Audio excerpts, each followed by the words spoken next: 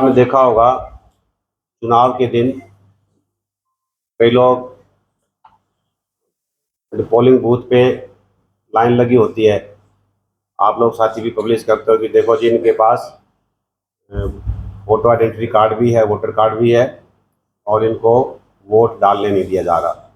अक्सर ऐसी खबरें चुनाव के दिन आती हैं और कई ऐसी खबरें आती हैं कि देखो जी जो वोटर है वो तो पुरुष है, उस पर महिला की फ़ोटो लगी हुई है, या वोटर महिला है उसके किसी पुरुष की फ़ोटो लगी हुई है। तो इस तरह की गलतियां हैं वो चुनाव के वक्त ही सामने आती हैं, क्योंकि जो वोटर है वो तभी जागता है वोट वाले दिन ही, वोट से एक दिन पहले या वोट वाले दिन ही जागता है। और उस वक्त क्योंकि फाइनल पब्लिकेशन हो चुका होता है और फाइनल पब्लिकेशन होने के बाद उसके अंदर किसी तरह की जो पोलिंग अधिकारी है, पोलिंग पार्टीज हैं, उनको कोई अख्तियार नहीं होता। उनको सिर्फ ये अख्तियार होता है कि जो वोटर लिस्ट में जिसका नाम है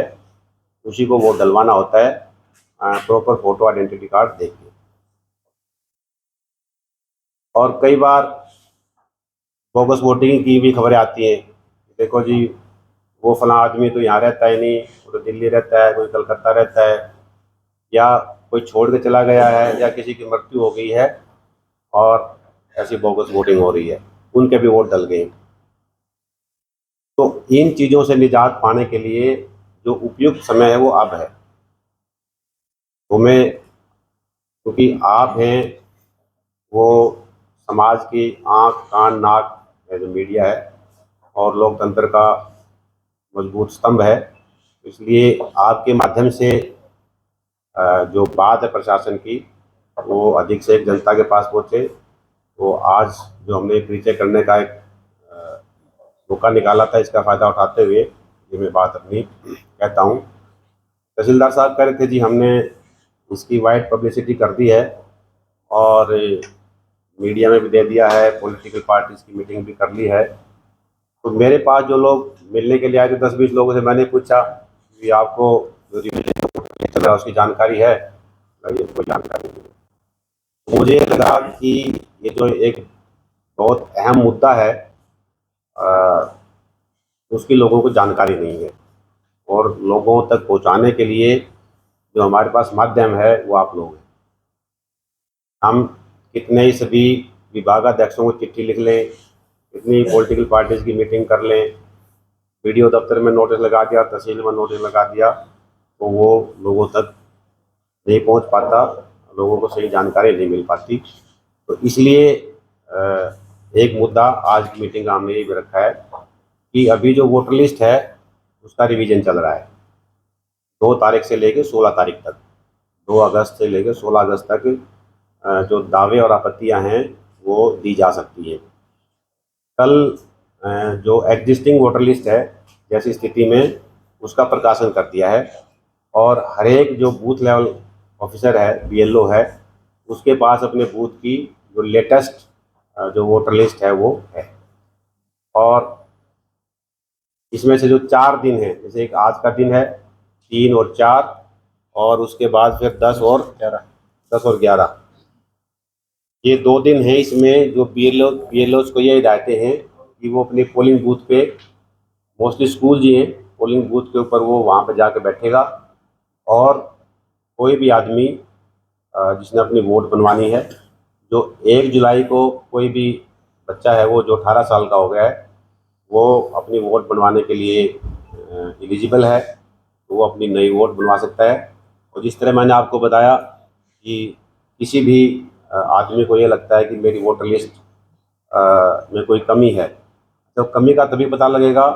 अगर आप जो बीएलओ है उसके पास जाएंगे। बीएलओ के पास जाके आदमी चेक करे भी मेरा, पहले तो ये दिखा दो कि वोटर लिस्ट में मेरा नाम है या भी नहीं है। कई बार किसी भी कारण से टेक्निकल गलती से या किसी की शरारत की वजह से भी